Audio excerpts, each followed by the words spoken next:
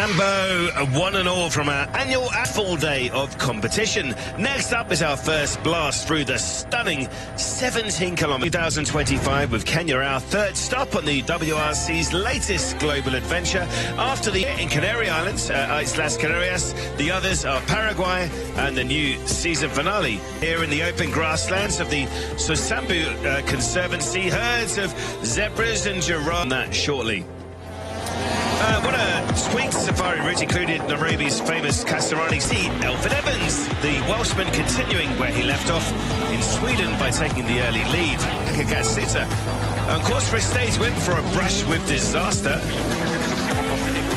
Looked strong early on, only for the rugged terrain to strike on the opening day. Penalties incurred. Bad news too for Adrian Formeau in a similar situation. Josh McAlean, though, was set to experience a start. This was, though, from the Irishman leading M Sport Forge charge in fourth before damage underneath. The world champion Milan continues to have a roller coaster start to the rally. Neuville was 22 seconds quicker than the rest of the flying and loving life, but the Belgian fourth at close of play. Neuville's teammate took a 46-second lead. It was well deserved, but the damaged drive shaft that followed was not dominated by Toyota. Even with the two-time winner, very top spot though once again was the Welsh wizard. Elfyn Evans gratefully taking over the lead, following Tanak's brush ended the day where it started. At the end of Friday, Elfyn, not as bad as it sounds in Kenya, with Neuville fourth, despite his 2 minutes penalties accrued over the opening. Dominant force of Friday is still there in third place. The shoot of the leader. Let's not forget, we've got lots of mud poles, as you can see. He's still in the zone. He still leads the rally. He's leading the championship. There's not much left effective. So then, this is how we stand after the open. A lot in Kenya. Tanak 1.5 minutes behind Takakatsuta in fourth. Tighter test alongside the lake of the same name. One of the 7 Great Lakes of the direction. It's generally a rapid stretch of road, but with a number of rhythm changes, some narrow, bumpy one, as ever in Kenya. That ever-elusive balance between risk and reward will be key. And matches are fresh as well, but the rain earlier this week and even overnight mean it could be we have a bit of a new section, 2 kilometers in the beginning near the fields, and then just like and everything is different, so to make new notes for this one, it feels like almost like a new stage. So many big cuts, high grass, very difficult to see the road. Yeah, some nice scenery for sure. Yeah, and it's never easy, but it's nice and for Saturday mornings, Jordan Soteridis first, then Greg Munster had hard at times, and then we go down to Canavan pair, Elfyn Evans, Toyota once again leading the waiting setback yesterday morning. So here we go then, element tighter, opposite direction this year. It's about road order. Doesn't make much difference here out in Kenya. Whatever we have, it's going to be tough, and we saw that. If you're first on the road and you are cleaning, then it's a bit of a disadvantage. But gravel event where road cleaning and being first on the road comes into play. This stage is very tricky. We'll look at holes similar to what we've seen already this morning, but more consistent through this Elmentaita stage. And of course, as you said, PK, it's reversed, which means during the recce, very important. Greg, briefly before the start of the stage, he actually started very well early doors, yes, but it's frustrating in a way for Greg, because he could have had a lot more, couldn't he, already this weekend. It's just been it's unfortunate he had that issue yesterday with the drive shaft and had to limp the car back to service stage. The first stage this morning, at the end of it, that rocky section, he was bang on the money. He was on the same pace as Cali.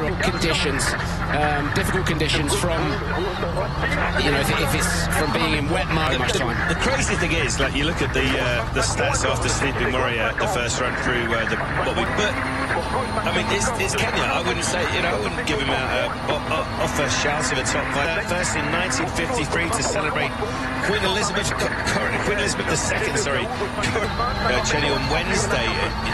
Quite incredible. I didn't realise quite how. Stage, a couple of shots there of Tanak. Absolutely the star of the show yesterday. I mean, It's a tricky. Well, it was great to watch, but you almost did. I mean, it's a tricky one because he was absolutely the star of the show yesterday, wasn't he, Oit? Yeah, Oit Tanak, those water puddles are quite deep. But yeah, coming back to Oit Tanak, did a great job yesterday. You're absolutely right. But it's too much of it, you're going to break something. Jordan out-braking himself there. That was actually a little chicane right and left. He wasn't able to get the car on the mud. This is what I was talking about. It's so easy to come unstuck on those low grip situations, and the good high grip on the dry stuff onto this, and you lose all grip straight away, and it is like ice when you get on it. We're regretting that situation in these conditions, but it also gets to a point where it's so deep, and doesn't matter whether you're hard or soft, it's not going to make a difference. Yeah, I mean, we talked a little bit about the Hankook, the unknown, but certainly the thoughts have been, it was always about the balance of learning when to use the salt might be useful. Unfortunately, they don't get that. But this is what Kenya's all about. Great views here. But the car on a straight line over those heavy, muddy water patches. You know, you'll see a lot of drivers come onto and carry back. So it's about being patient with the car and trying to keep it as straight as possible. I mean, 15 seconds is actually is minuscule, isn't it, for a rally like this? Calibrov and Parakish, you can guarantee the guys back at the stop line, the stop control, sorry. And it's so difficult to judge the grip levels, in particular when you get on the brakes. So you're on the dry stuff, you've got to brake yourself. It's very, very difficult to judge how early you've got to brake. Even looking at this, Chenny, what are we now? 11 stages in, a minute and a half off the top spot. Not on this event, you know. You'll see massive time gaps. We've already seen that this morning. But again, some drivers will choose a stage where they will lean on the car, they'll push the car, and they'll steal a load of time, and they'll be up Thierry Neuville going hell for leather through Camp Moran. How on earth those Hyundais survived it? I've got Louis just undoing his belts just before the car stopped, just loosening them, not undoing them, loosening them, I should say. And that is going to be... The right-hander there, thought they could have... That's how slippy it is. That's how slippy it is. Exactly. Morning. So this will be his second spare that he's using now. Yeah, we saw the shredded tyre, one deflated tyre. It's part of the game. That's why you all tyres Jordan Soteridis there as well. And this actually, some of the stuff we had yesterday, it's a relative SUV again, and we tiptoed through. You can't really, it doesn't really do it justice when you look at this stuff. Closing in on. He is the first runner, he's the first guy through, isn't he? So starting, what are we now? 3-minute intervals today. The left, on the right, sorry. Beautiful landscape down here.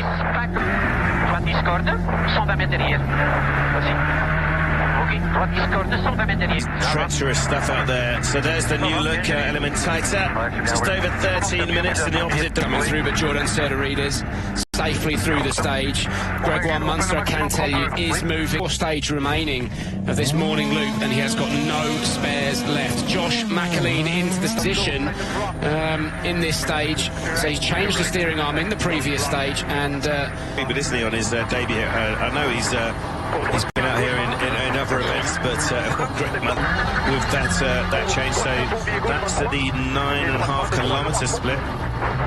Coming into this stage, 9th overall. I mean, that's going to drop him back, but, you know, we're still at the very start of Saturday morning, so anything is still available for Greg. Pretty committed now, and it's so difficult to judge how deep those puddles are. A big puddle at 130 kilometres an hour and start aquaplaning, the car can very... it was a great run, really, for Greg, really early on, and certainly for Josh McAleen. Got to say, fell apart with a big sort of hole in the massive crack at the back of the car. There you go. There's Chenny with 3 hards and 1 soft on the left. I guess that's probably to put the hard tyre on the front right with that puncture. So 2 softs on the front in this sort of massive learning process, wasn't there? Coming into. You saw there, Gregoire, you're out of control and you're aquaplaning. Just got to be very careful. Again, straight onto the wet mud, and you're splashing through big puddles. This is a real test, and trying to get it very, very difficult. A real challenge for the drivers, not necessarily from a damage point of view. Greg coming through now, like he obviously had that delay. Coming into this stage, he was in 9th back, isn't he, after dropping a minute. That's a 4 48 seconds after 16 kilometres. That time back relative to the quicker boys around him, unfortunately. But, as you keep saying, this is Kenya. Morning, he left service with a minute penalty. I mean, if you come through Kenya for three, just a little bit of a chat, that's what it's all about in this event. But yeah, I'm going to say, like, I can't imagine more drama to talk about. Sami Pyri on his way, currently 6th place. It's Safari. Greg, it's tricky out there today, which I'm sure you were expecting, but the Safari Rally biting. Condition this morning, it's crusty on top and very creamy underneath. I don't know when, but we just decided to change it, not to risk anything. Through Cameron with a front right puncture, and it didn't take long before he damaged a lower arm. Nail that rim, and you lose all the absorption, the impact absorption that the tyre. Just stop, not take the risks, and change that front right. What a great description as well of the state. I see yourself more of a rhubarb and custard man myself. But anyway, Josh, that's that. So no creme brulee for Josh McAlean. That's a good start. Irishman yesterday. We'll get to hear from him shortly. Sami Pyri. Josh, it's looking like it's hard. Yeah, it's definitely something like that. It's nice to talk again, but when changes, so it's a big time loss at the moment, but we just can never give up. The car is working well, though. Stage yesterday afternoon when they were basically ripping the car apart to get that kind of exhaust, get some air. It was an incredible, damage limitation exercise, wasn't it, yesterday? And goggles on, dust in the car. Unique things about rallying, isn't it? The drivers become the mechanics, and what they had was they damaged the exhaust of the car, and they basically had to manage the exhaust temperatures so really loud, as you can imagine, and the goggles were on because those two holes were open at the back, so the car was just filling. The driver, they came back yesterday covered, caked in mud. And it's a classic Safari. Sami Pyri, another debutant at this level. I know he'd wrecked here before. Comes into today. He had a puncture, wasn't it? A cracked windscreen, puncture again really early yesterday morning. Impressed with Sami in that he's approached it really maturely. You know, he's had cracked windscreens because that's just going to smash the windscreen. That's not the end of the world. Just gives the mechanics at Toyota a bit of work. It's been second to none. And Sami, we saw fantastic flashes of pace from him. That's what his job is in 2025, and that's what he's done. Yesterday evening, car quicker. He's just approaching this rally intelligently. Doing a good job in here, certainly. Compare McAlean. That's a 12:24.4 in this new reverse running. I think that'll still get blown. Tricky to judge, isn't it? I mean, it doesn't make a. In some ways, it can be worse to start late. The start line, the camera doesn't do it justice. It's incredible how they just bite into the ground, pick up, and they're. I'm guessing they're a bit better than they were on the recce, at least. Nod to the Finnish fans in there. We'll turn our attentions to Taka Katsuni. Well, it's like he's 50 seconds quicker than Sami Pyri. It's 16 kilometres. No reason to believe they'd be incorrect. Right, you're about to see it on your screen. That is crazy. He's never been outside the top 4 positions in 4 attempts at the Safari, but 2 minutes and 25 seconds behind Tanak. But if this pace is to be believed, dropped back down by 11 seconds. He's just 11 seconds behind Katsuta. Taka's got something to push now for 4th place. So good in the wet stuff, wasn't he? And I think that's where he's found the time in El Mentaita here. I'm just getting the splits through for Thierry Neuville, and he's well up on him. I mean, absolutely incredible stuff from Taka. Let's hear from him. And the pace that you're at today, you're pushing. Not really. Oh my god. 最初にハーフスピーチでちょっとタイムを失いましたけど。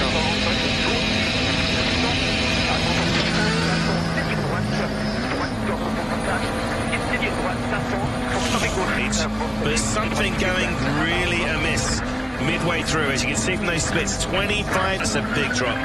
4.7 kilometres. He was only a tenth of a second slower than Taka. It's the Takamoto Katsuta.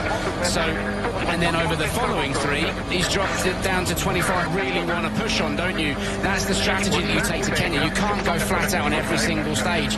We start to protect. I mean, all 4 wheels certainly look fully inflated. There's nothing externally obvious. It's relatively calm inside the car. Let's have a look now. It's after 4 points. It was actually quicker than Taka, as I said, at 4. The flashing lights, if you're curious about that, we do have a lot of giraffes. So down to the Hyundai here is warding off the local wildlife. It's an ongoing issue, whatever the issue is here. It's not a one-off moment, because that's hemorrhaging.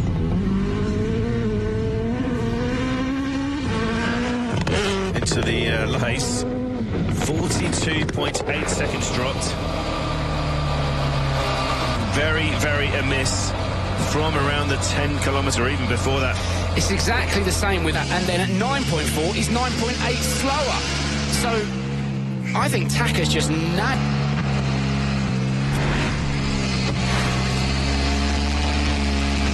quite right. I mean, you look at the other times from everybody before. Lose a lot of time. You finished 42. Yeah, Thierry just apologising there. I'm sure if you're a rally fan, you'll know what's going on. He's just apologising there in French for what? It's going to be absolutely brilliant to watch this man today, isn't it? Because he absolutely was able to get the shaft out for the final stage, which allowed him to push on a little bit harder for that final stage. 4 kilometres, he's 9.8 seconds down, then 13.7 at 16 kilometres. You can see it on your screen. In the final 8 kilometres of this stage. Yeah, and we still got Rovanperä and Evans to come manufacturer. They have dominated since we came back to this incredible event 5 years ago. A long, long way to go. 22 points. I don't know what Taka did in that second half of that stage. Maybe he found a shortcut or something. Kalle Rovanperä is doing the same thing. There's a lot of muddy sections through there. Maybe. I mean, we've seen it before, haven't we? In the mud. It's just as simple as that.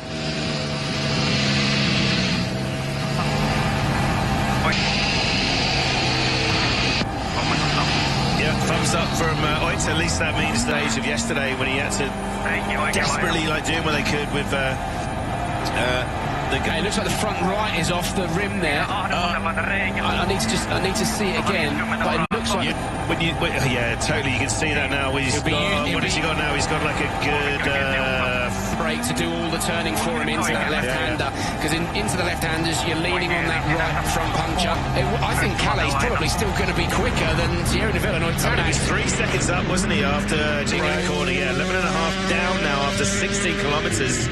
I mean, but this is, as you say, in that tyre. It's incredible, isn't it?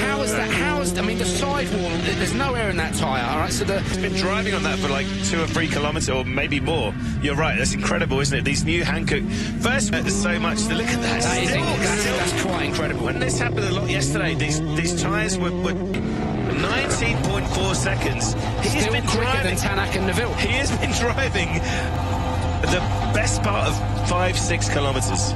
That is an incredible drive, and it's just been hanging on for dear life. Now that's obviously cost Kalle Rovanperä dear in the fight for the victory, who also picked up a puncture, by the way. The rear right let go on the previous stage, but he got it to the end. Yeah, a bit unfortunate losing some time in there. What was that like to drive on?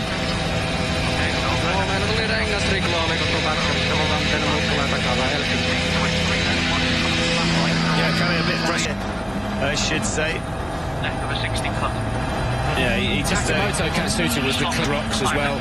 Carrying such a high ride height, you can do it. But Elvin Evans is set to score big here, PKs. Katsuta has the benchmark. The time he's in there, 3 seconds, is compared to Rovanperä, who... In kilometres, Elvin Evans now 12.1 seconds up. There you go, it's on your screen. 12 point. The end of the stage on a puncture. There's 4 wheels on that wagon, and they've all got air inside them. And to this stage, 15.9 seconds up on his teammate Rovanperä, and he is the championship leader by 2. But let's just watch him through. It's another stunner. It's another stage win. 21.17 seconds. It's a huge lead, but we're in Kenya. We have to repeat ourselves again. Be gone in an instant. But meanwhile, Jan Solans, he's chasing down Gus Greensmith, who we just lost Oliver Solberg was absolutely flying yesterday, which is really, really frustrating. Let's see if Mel... Get a puncture, unfortunately, in there. It's going your way. Of course, not so good, and it's not for me to say, obviously, that this dispute ongoing between the FIA and the drivers. Broadcaster, but as a fan of this sport, I really hope that the issue is resolved soon, because the drivers are such great... Stories to tell. Another one here for Gus. So just a quick update then. Oliver Solberg was the star of the show. He's 42.2 seconds up on Jean Solans. Of course, he won here last year. Solved between them. The Manchester United helmet. That's for you to decide. I'm talking more about the driver pitch on the previous stage. Yeah. Kaito had rear left suspension issues, and they're ongoing as well. Has subsequently fallen out, and is now desperately scrabbling around looking for another one. So Gus does lead. The tyres that Hankook have provided, this is incredible durability. You can see that it's the strong, isn't it, these tyres? Hankook's strategy has been to build a durable tyre first, but we're not seeing rallies being ruined by punctures. Everybody's got one, but you're going to get them in Kenya because the compound of the tyre is a little bit harder than we've seen previously. So, yeah, you lose a little bit of performance, but what you completely punctured is completely flat, but it's not delaminating. The carcass of the tyre is remaining. Translation from our Welsh translating team. That is from Elvis. Is what we hear from, and we'll see what it's like in the next one.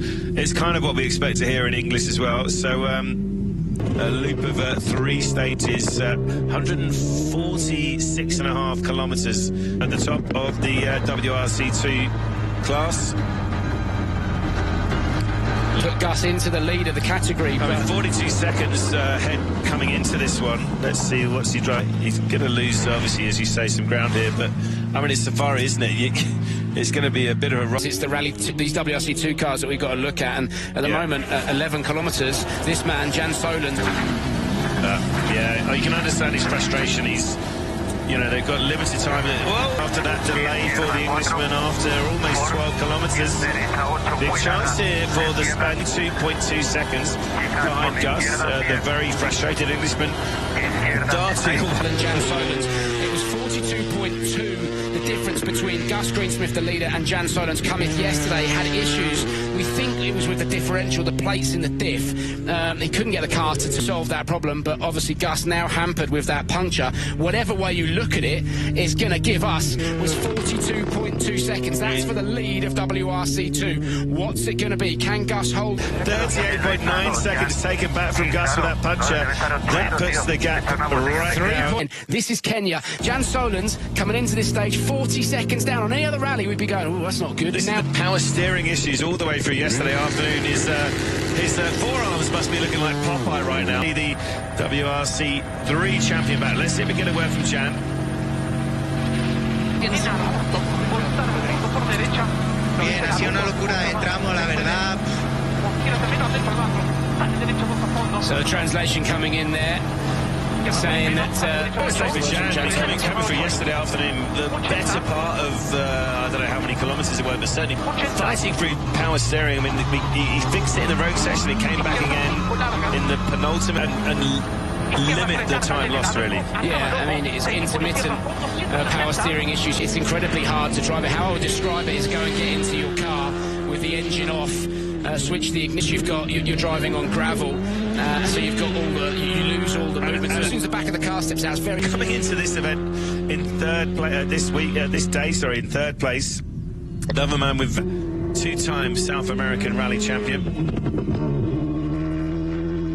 From Zaldívar, 8.3 seconds quicker than the benchmark set.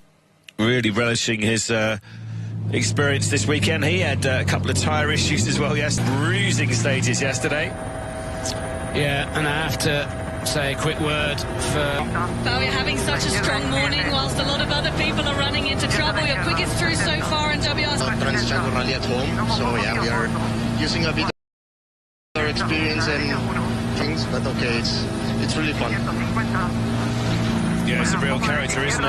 He's a great champion from last year, stepping up to the plate this year. Also still competing in the late summer, September time. Double header now. Yeah, Chile. We're seeing him in the Rally 2 car. I suspect next year he should be a regular in the Rally 2 category. He built himself a comfortable lead, and in the Fesh, the second run through Cameron, he was going absolutely nowhere. Everybody else who came into that position knew to drive around the Fesh, and you don't put the car in here, and you know, it was incredibly unlucky for him. If it had been crazy to say he's still in the top 10 in the WRC2 standings is Oliver. Now, right as we stand, Gus Greensmith leads WRC2. Jan Solans just behind, 3.3 seconds. So let's just see what Dominguez can do here. Coming into this one, it's a big chunk. He was targeting a podium finish, which is no mean feat on only his second ever run in a WR. Learning the new car and the new team. You see he's lost a bit of ground here though, 31.1 seconds. The lovely guy is Diego.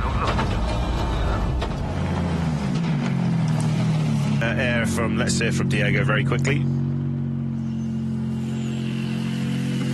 This morning, because it reminds him of stages from back home. What do you say? Yeah, I know him very well, and I so yeah, happy that he's doing very, very well, and yeah, hope he can get up to... They're about to be there in WRC2, but in terms of the Rally 1 runners, once again, it's that man, Elfyn Evans, who it's back up and running. Look at that, Val Zaldemar, fifth fastest time as the fastest of the Tanak. Still in third place, 2 minutes. It seems like a huge chunk of change, but let's see a long way later on today. So stay with us for now. It's thanks for your company.